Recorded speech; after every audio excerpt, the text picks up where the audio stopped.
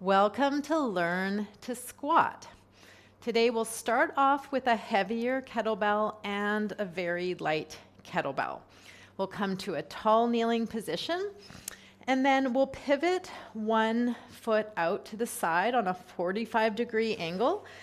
The other foot comes in at a 45-degree angle. So you're pivoting on your knee, you're upright, and we're tucking our pelvis under.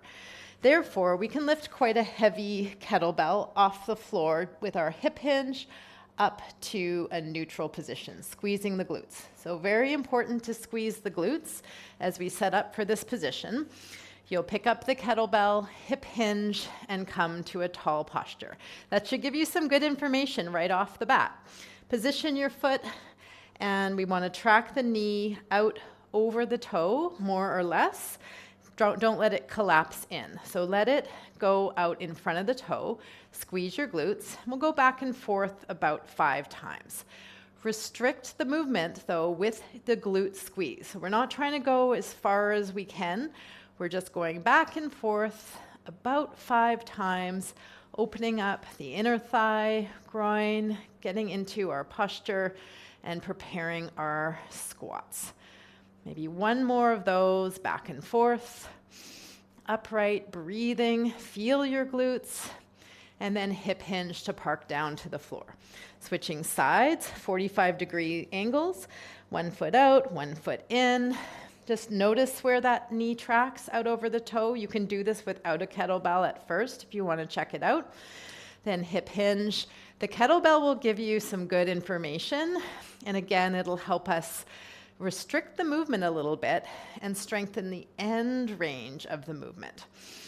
Tall posture, you're going about 5 times, opening up your hip hinge. And your inner thigh, opening up your hips a little bit as we do this. Another time. And come down. Park that down. Let's come into a tabletop position. So plant your hands down, flatten your low back, and even more so, you could round your low back a little bit as we lift 1 knee up off the ground. So you're trying not to rotate. We're trying to keep a nice flat back as though you could put a charcuterie board on your back and it wouldn't come off. Find a nice hand position for yourself, sturdy, and then lift your knee up off the ground. Make a big circle with your knee. Drawing a big circle with your knee 2 times in one direction, getting at that hip ball and socket joint in a controlled articular rotation. Let's go the other way. Knee comes towards the elbow, it goes out to the side, comes back behind you, back, down, around, and through. And 1 more time. Elbow to the dog pee position, behind you, back, down, around, and through. And you might just curl your toes under and wiggle on your feet a bit, get into your plantar flexion so that we can warm up our feet a little bit for our squats. And then we'll come to the other side, tabletop position, lifting the knee up off the ground. And you'll bring it out to the side to that dog pee position, coming towards your elbow, back, down, around, and through. Just mind your low back and your torso. Make sure you're not really rotating open. We're trying to get at that hip ball and socket joint. And then you'll go 2 times the other way, coming towards your knee, out to the side, back, down, around, and through. Lock out those elbows. Another time, out to the side, back, down, around, and through.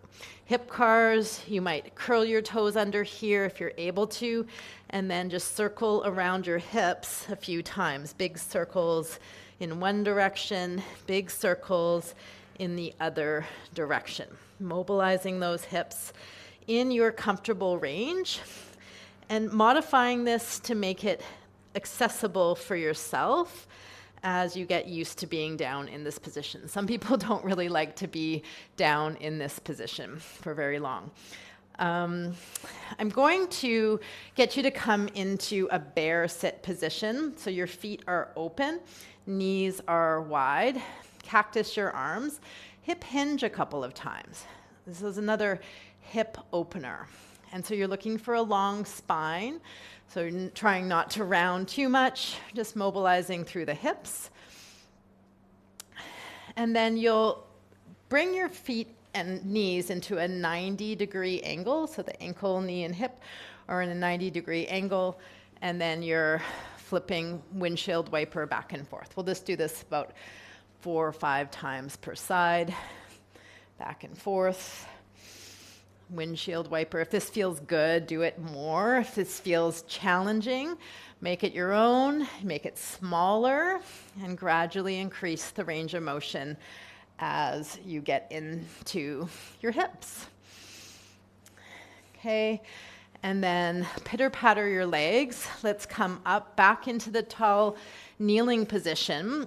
If you have a kettlebell and want to use it, we'll use it bottoms up. You don't have to. You could start with this position here, curled toe, knee below your hip, hands on your hips, and then you'll tuck your pelvis under, squeezing your glutes. Again, we'll restrict the movement by squeezing here when we come forwards and backwards. If you want to use the stimulus of the kettlebell, bring it bottoms up, and we'll go forwards and backwards 5 times. Squeeze the glutes, find that hip flexor opening a bit. 4, 3, breathing, 2, and 1. Take your time. If you just got into it, stay. If it feels helpful, stay for longer. And again, not everybody can curl their toes under, so do a planter. Put the top of your foot on the floor if that's you. And again, squeeze the glutes.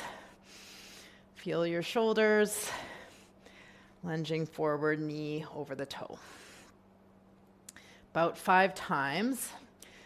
But warm up is a little bit different for everybody. Sometimes I need a really long time to warm up. Sometimes I need less. So take your time if it's feeling helpful. Spend a little bit more time and get into the areas you need to get into, because it'll only help your squat in this case. It'll only help your ability to do the movements that you want to strengthen. So if this position here is challenging for you, then you're going to work on it. And you can work on it with your hands, without a kettlebell, just kind of coming from high hips to lower hips, high hips to lower. And if this is easy for you, it's still quite nice to get into the hips. So we're just trying to mobilize. And then let's come to standing. And then touch down any amount. So if you can't touch the floor, no worries. You'll just come up and then touch a pretend box, or maybe put a stool in front of you. Let's do 4 more. Touch to reach. Tap to reach. Your feet are wide in kind of a sumo stance. Wider is easier. So sometimes people say their squat is hard because their feet are together. So I recommend a big sumo stance if you're tight in your hips. Down and up.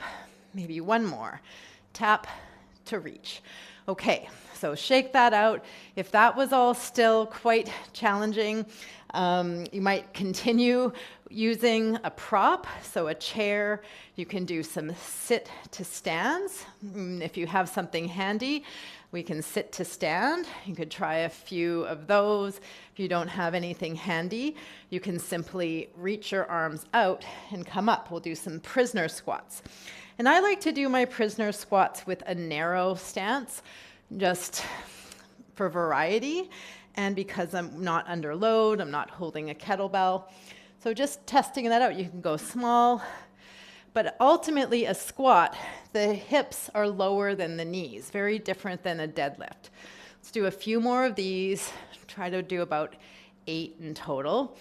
Arms out in front, but you're just inching your way. If the squat is hard, you're just going small, eventually getting yourself down to a stool, or even further, a stability ball, a couch, something like that. And a couple more. Last one, squat to stand. Okay, so that's a prisoner squat, and we're using our arms out in front, which counterbalances us. For a lot of people, that counterbalance is really helpful. So as we get a kettlebell, you might want to bring the kettlebell out in front. I don't recommend a heavy kettlebell out in front. I like to pull it in. For me, pulling it in, and for a lot of people, it's way better and easier to get into the squat with a heavier bell. So a bit of experimentation. I'm going to dive in right away to a decently heavy kettlebell. I'm going to use my 10 kilogram, 22 pounds. If you've never done this before, get something light, test it out. And so like 8 kilogram or even 6 would be fine. And let's stand on top of the kettlebell. We'll do our ninja. So you'll get your kettlebell, it's deadlifting it first. So you deadlift it to get up to the goblet grip, sliding it into the horns of the bell, pulling it in. This should feel really good. You can stay here, or you can start to squat. And I'm going to go all the way down and come all the way up. Okay, so let's try 5 of these. Hup, 2, and use this hup sound. Hup, 3, hup, 4, hup, 5. Slide it down and hip hinge to park it down. So you don't have to squat it down. You can take the advantage of the hip hinge and take that opportunity to offload your quads. Hamstrings and glutes are hip hinges. Quads are more dominant in the squat. Take a moment, and I'm turning my heater off as we head into another set of goblet grip squats. So we're just testing the waters. We're checking out, what feels good, what our range of motion is, what weight we want to use. And I'll remind you, so this hup, or tell you about it, in our Strong First training, if we didn't hup, we actually failed the test, because the hup, and you can try it with me now, hup, gives us a cue to engage our core. So try it. Hup. Hup. And it's very useful as you get out of the hole to come up to standing. And we can use a little bit of momentum, a little bit of power, and just play with that as you play with a heavier kettlebell. I'm going to jump to fairly heavy. So you could try your next heavier bell. If that went well, if it was challenging, stick with it. So warm up with something light. If you found that it was challenging, you could go back to lighter. You could go back to the air squats, prisoner squats, sit to stands. As you practice this all-important movement, we have to be able to squat, and we want to practice that. It's so healthy and helpful for our hips. If you want to prevent hip surgery down the line, you really want to get at the mobility in your hips sooner rather than later. And if those hip cars were helpful for you, you could try them standing as well. We did them in the tabletop. So as we're waiting here for our next round, you could mobilize through your hips in this way. Okay, then you'll get your kettlebell, put it in front of you, and let's do 5 more goblet grip squats.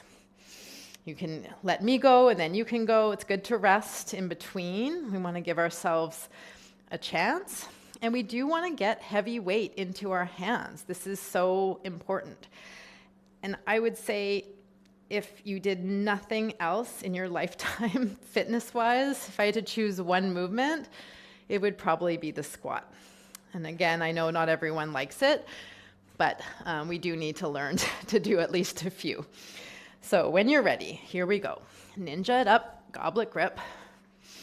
Inhale, hup, exhale. 1, hup, 2, upright spine, hup, 3, hup, 4, hup, 5, slide that down, hip hinge and park to the floor. How did that go? Too easy, too hard, just right? The 5th one should be challenging, should give you some stimulus, but not so hard that you can't manage it at all. All right. I want to try just a couple with very heavy, so I'd like you to try 1 or 2 or 3 squats with a very heavy bell if you're feeling ready for that.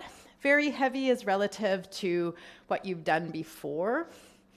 So it might not actually be that heavy, and that's fine.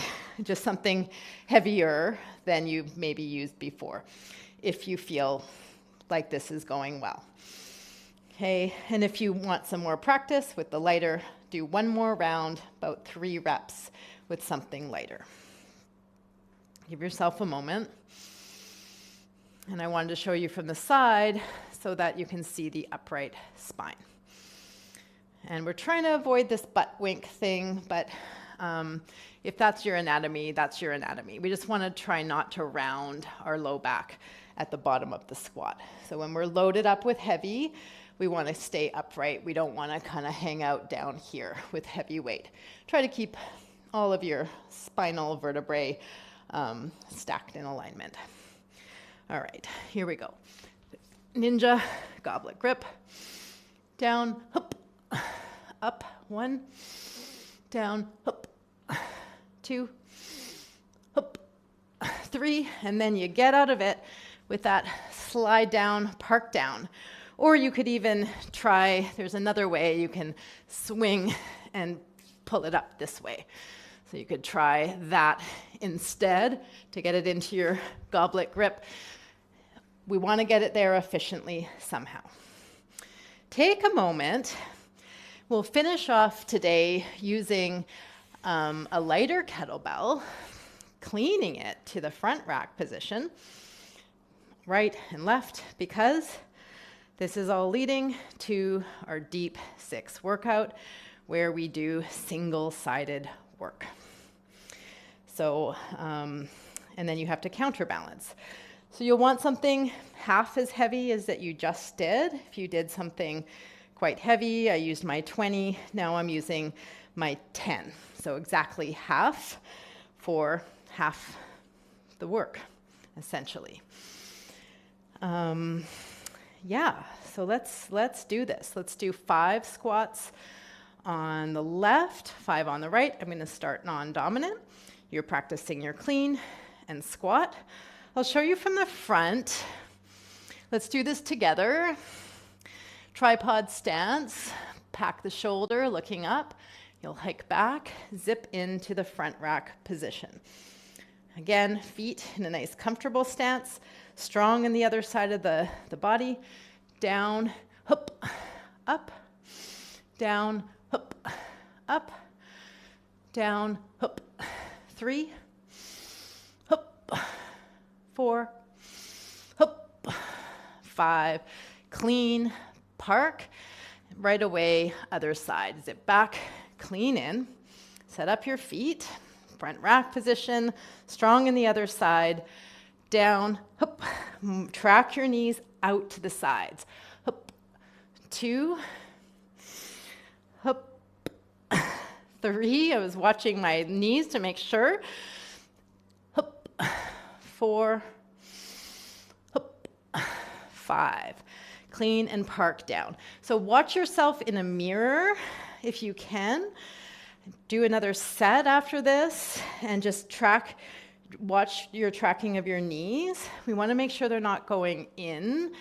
We have to really work to push them out to the sides, and I see this all the time. That's why people use these mini bands so that they can remind themselves of resisting outwards and not getting pulled inwards. So if you've ever seen people do these monster squats or quarter squats or side steps, that's what that's all about. So training the lateral sides of your legs. Some people, if you're a skater, you might have stronger glute medius and lateral sides of your legs, but most of us, because we're just walking forwards, a lot of the time we're stronger in the front and back and not as strong on the sides of our legs. So we want to train that. It'll really help your hips. Okay, so I think that is good for today. You'll decide on a bell that you want to use for your clean and squats as you progress towards the deep 6. You could try this out a few more times, watch this video again, but let's take a moment to cool down and recover. So anything that you enjoy for recovery is great.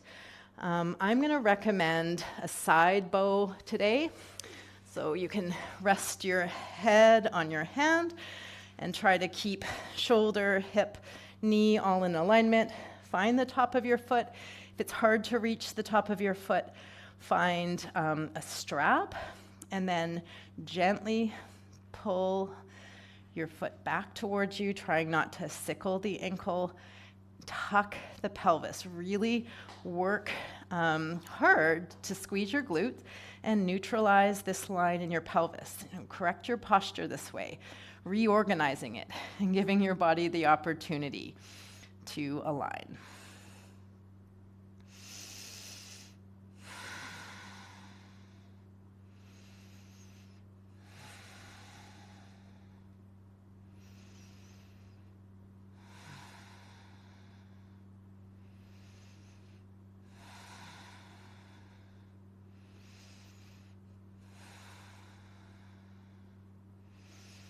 Pack your shoulder. Maybe you'll just gently move your knee around. Just feel where the tight spots are. We want to clear that. Clear that line back into neutral. And spin around. You can flip over, go onto your stomach or back, and then go to the other side. Find the top of your foot. We want to have our knee flush with our hips. Pack your shoulder so that your knee, hip, and shoulder are all basically in alignment. Bones do what the muscles tell them to. So here we're lengthening our muscle so that the bones are more happy.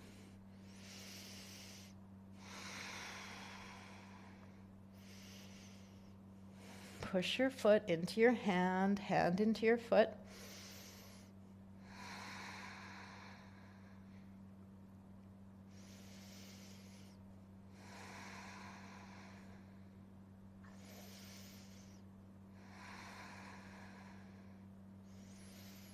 Really squeeze that glute. Make this an active stretch. It's not a passive stretch. It's quite active. And then you can release that. Come onto your stomach, onto your elbows. Squeeze your glutes a bit, just lengthening to a little baby cobra, sphinx. And just finding length in your upper back, a little bit of a stretch for your torso. Find that squeezing my glutes or just lowering down can be very helpful if you have anything going on with your low back. And pull your hands back, drawing your shoulders down your back. Feel like you're pulling your turtle head out of its shell. And then you can push yourself back into a child's pose. Take a few breaths in child's pose. Any version you enjoy.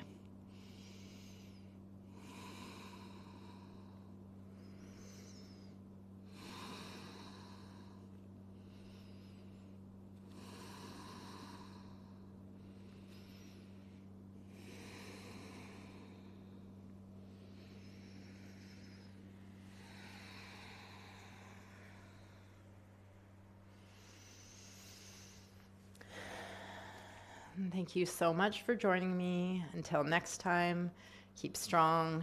Kettlebell on.